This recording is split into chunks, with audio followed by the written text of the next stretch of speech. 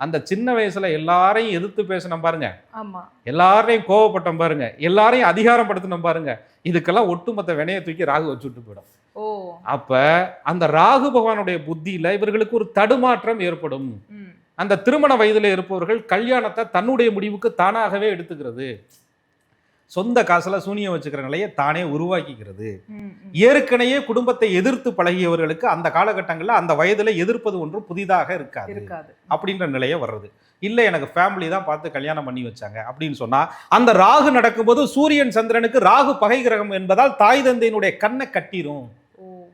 நல்ல மாப்பிளமா, அருமையான மாப்பிளமா அப்படிங்கிற மாதிரி அப்பா கண்ணுக்கு காட்டும்.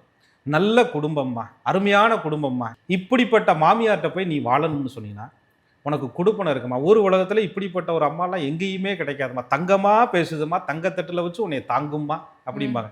என்னம்மா வீட்டுக்கு பொண்ணு பார்க்க வரும்போது ஏதோ 100-200க்கு வாங்குவாங்க, கிலோ கணக்கில் வாங்கிட்டு வந்துடுறாங்க, இதுலயே அவங்க மனசு பெருந்தன்மையான மனசு தெரியலையேமா அப்படின்ற மாதிரி இருக்கும். கண்ணை கட்டிடும். அவங்களுடைய அந்த நாடகம் என்பது இவர்களை மதிமயக்கிவிடும்.